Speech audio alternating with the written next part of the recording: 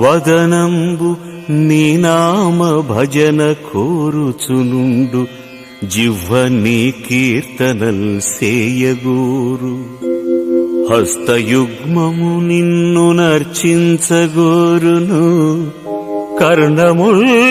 నీ మీద కథలు గోరు తనువు నీ సేవయే ఘనముగా గోరును నయనముల్ నీ దర్శనంబుగోరు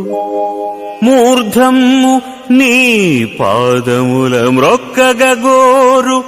ఆత్మ నీదయ్యుండు నరసిజూడ